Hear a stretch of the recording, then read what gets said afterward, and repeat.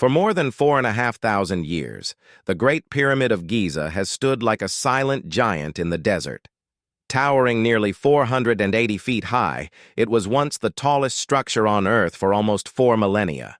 It was built during the reign of Pharaoh Khufu, around 2500 BC. And yet the precision, the engineering, and the mysteries surrounding it continue to puzzle experts to this very day.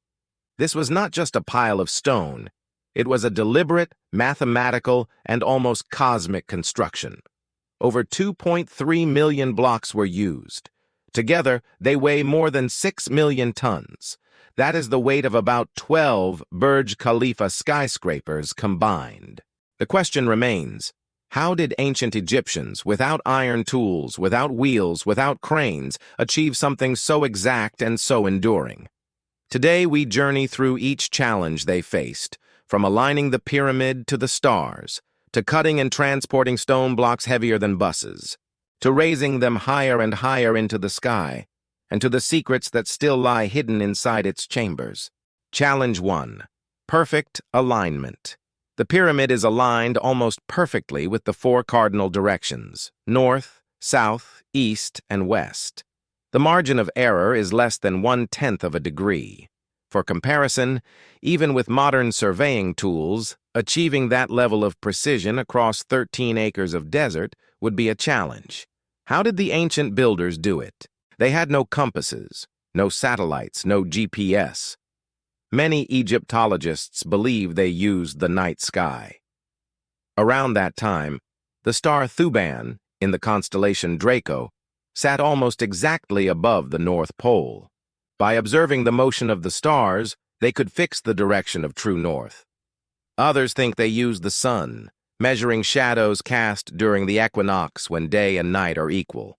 Whatever the method, the alignment was extraordinary, as if the pyramid was designed to connect Earth to the heavens. Challenge 2. Leveling the desert floor. Once orientation was set, the next step was leveling the massive base.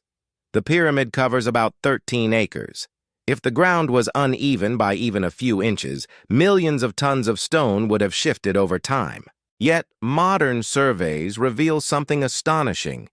The base of the Great Pyramid is level within just 2 centimeters across its entire foundation. That's flatter than many modern parking lots. How did they do it? One theory suggests they dug shallow trenches, filled them with water, and marked the waterline to reveal high and low points. Another theory says they used wooden posts and sight lines, patiently chiseling away rock until the surface was nearly perfect. What is clear is this: without such precision at the foundation, the structure could never have stood for over 4,000 years. Challenge 3. Cutting the stones. Most of the blocks were limestone, quarried locally at Giza. Softer limestone made up the core. Harder, whiter limestone from Tura, about 10 kilometers away, formed the outer casing that once shone brilliantly in the sun. And deep inside, for the king's chamber, came granite blocks from Aswan, nearly 900 kilometers upriver. How were these blocks cut? Experiments show that copper chisels, dolerite pounding stones, and wooden wedges could shape limestone effectively. Workers hammered wedges into cracks, poured water, and let the swelling wood split the rock apart. But granite was a different story. Harder than steel, granite required incredible effort. Ancient quarrymen likely used dolerite pounders to chip away at the surface, then sand as an abrasive with copper saws and drills. It was slow, back-breaking work. Cutting just one granite block could take months, and yet hundreds of them were brought to Giza. Challenge 4. Transporting millions of tons. Cutting the stones was only half the battle. Each block weighed 2, 5, even 50 tons. How did they move them? The answer came in 2013, when archaeologists uncovered the diary of Merer, a middle manager of the Pyramid Project. His logbooks describe how workers transported limestone along the Nile on large wooden boats. A system of canals brought the stones right up to the pyramid's edge. Once on land, stones were dragged across the desert on wooden sledges. Tomb paintings show workers pouring water onto the sand ahead of the sledges. Modern tests prove that wet sand cuts friction in half, making it possible for teams of men to move blocks the size of buses. Granite from Aswan traveled nearly 600 miles by river. Imagine the organization required to coordinate such an effort. Thousands of workers, boats, ramps, sledges, all moving in rhythm like parts of a vast machine. Challenge 5. Raising the pyramid. The higher the pyramid grew, the harder it became to lift stones into place. How could blocks weighing several tons be set nearly 500 feet in the air? Most experts believe ramps were the solution. A massive straight ramp stretching out for miles could have been used, but such a ramp would have required as much material as the pyramid itself.